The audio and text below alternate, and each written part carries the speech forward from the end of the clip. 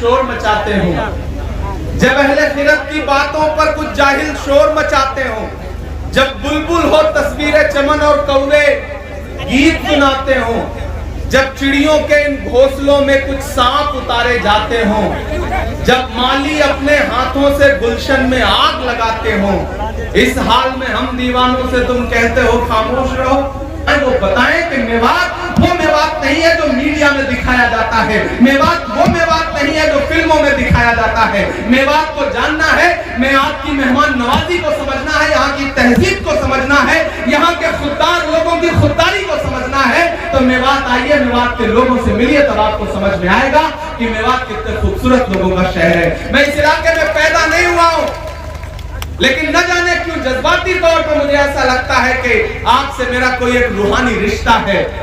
मैं इसी मिट्टी का हूँ, मुझे ऐसा लगता है कि मैं आपका अपना हूँ, और आपको यकीन दिलाता हूँ कि जब भी हिंदुस्तान की पार्लियामेंट में खड़ा होकर बोलूं तो आप यकीन रखना कि इमरान प्रतापगढ़ी जो बोल रहा है वो आपका बेटा है, वो आपका भाई है, वो आपके बीच का है। इधर मामन आपके लिए हरियाणा की असेंबली में खड़ा होकर के आवाज उठाएगा, और इंशाअल्लाह मैं हिंदुस्तान की पार्लियामेंट में खड़ा होकर के आपके लिए आवाज उठाऊंगा।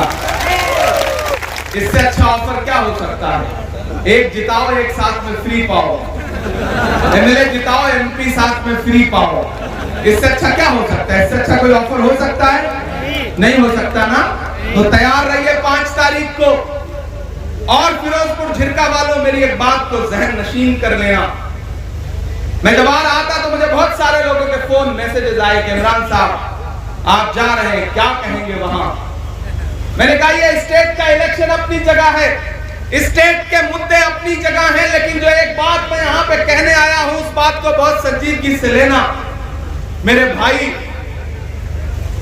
सियासत में जिसका हरियाणा होता है उसी की दिल्ली होती है। तो अगर चाहते हो कि आने वाले दिनों में दिल्ली की गद्दी पर राहुल गांधी प्रधानमंत्री बन के बैठे तो उसकी शुरुआत हरियाणा से करो, यहां से कांग्रेस की सरकार बनाओ। जम्मू कश्मीर में इलेक्शन हो रहा है, वहां भी कांग्रेस पार्टी गठबंधन की सरकार बनने जा रही है, हरियाणा में भी कांग्रेस की सरकार बनने जा रही है।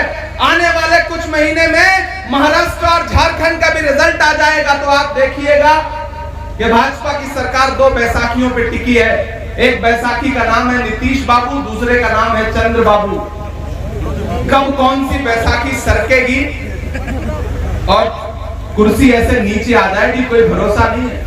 आजकल प्रधानमंत्री जी के चेहरे पे जो तनाव है वो यूं ही थोड़ी है, रौनक गायब है, सारा मेकअप गायब है। आपने देखा कि नहीं, डिजाइनर कपड़े पहनने के बाद भी चेहरे पे नूर नहीं आ पा रहा है। क्यों? क्योंकि जो 400 पार का नारा था उसे हिंदुस्तान की आवाम ने ला करके 240 पे सिमटा दिया। कहने के लिए नरेंद्र मोदी जी प्रधानमंत्री हैं, लेकिन पार्लियामेंट में सिक्का राहुल गांधी का चलता है। हमारा लीडर ऑफ अपोजिशन जो चाहता है सरकार को वो करना पड़ता है। ये ताकत हिंदुस्तान की आवाम ने दी है। इसलिए फिरोजपुर झिरका वालों, एक बात जहन में रखना, याद करो आज से 2 साल पहले का मंजर, जब हिंदुस्तान में नफरतें सर चढ़ के बोल रही थी, कोई आपके मुद्दे पर आवाज उठाने के लिए तैयार नहीं था, कोई बोलने को तैयार नहीं था। ऐसे में एक शख्स उठा दिल्ली में और उसने कहा कि मैं कन्याकुमारी से कश्मीर तक जाऊंगा, पैदल चलूंगा, एक नारा लगाऊंगा, नफरत छोड़ो भारत जोड़ो। एक नारा लगाऊंगा कि मुझे नफरत के बाजार में मोहब्बत की दुकान खोलनी है। वो शख्स चला 4000 किलोमीटर, कन्याकुमारी से चलता रहा अपने पैर के छालों की परवाह किए बगैर। जिस शख्स का नाम राहुल गांधी है, मैं चला हूं उस इंसान के साथ। जब मैं चल रहा था तो मुझसे मीडिया के साथी कहते थे कि इमरान साहब आप राहुल गांधी के साथ चल रहे हैं, आप शायर पहले हैं, सियासतदान बाद में हैं, आप क्या कहेंगे? तब मैं एक शेर सुना देता था कि जो हर जालिम से टकराएगी वो आंधी बनाऊंगा, जो हर जालिम से टकराएगी वो आंधी बनाऊंगा, नए अंग्रेज आए हैं नया गांधी बनाऊंगा। मैं चला हूं उस इंसान के साथ 4000 किलोमीटर। तो आप तो इस बात पर ईमान रखते हो ना कि मजदूर का पसीना सूखने से पहले उसकी मजदूरी उसे दे देनी चाहिए। रखते हो ना इस बात पर ईमान? ये हमारे बुजुर्गों का कौल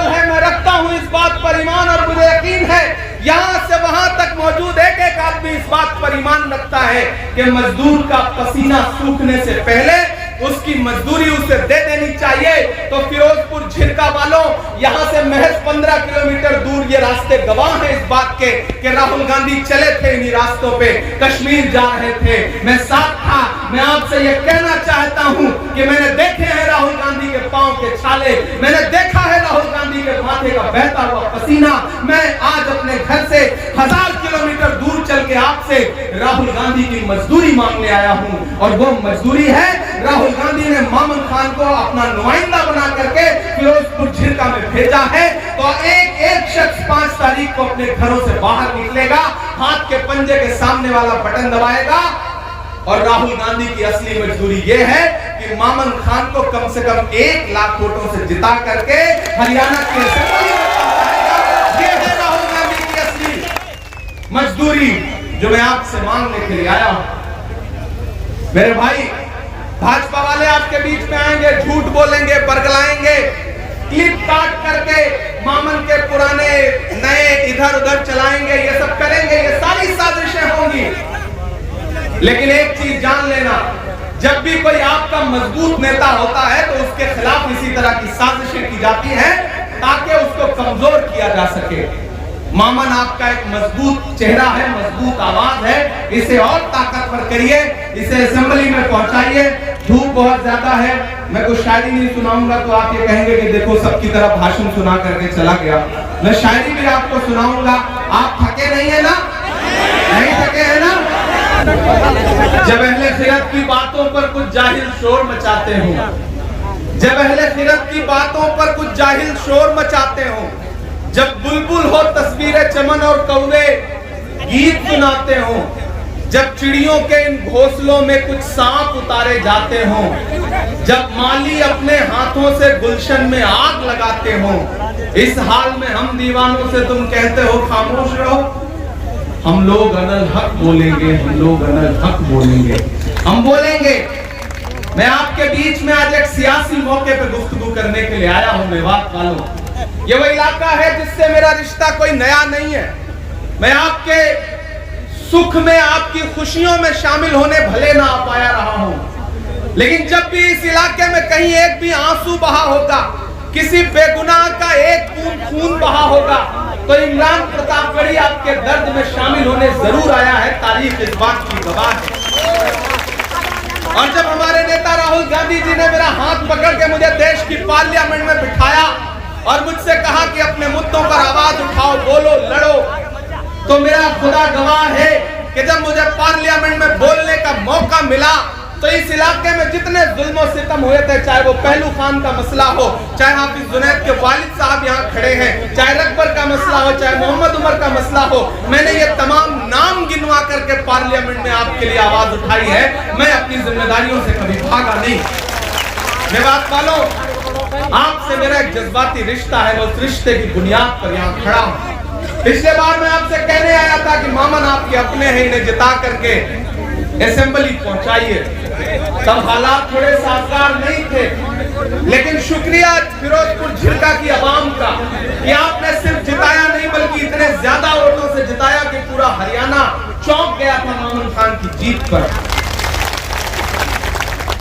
और पूरे 5 साल हम बहुत सारी जगहों पे वोट मांगने के लिए जाते हैं और बाद में जीतने के बाद जब काम करते हुए लोगों को नहीं देखते तो अफसोस होता है कि यार हम गए थे, दामन फैला के आए थे।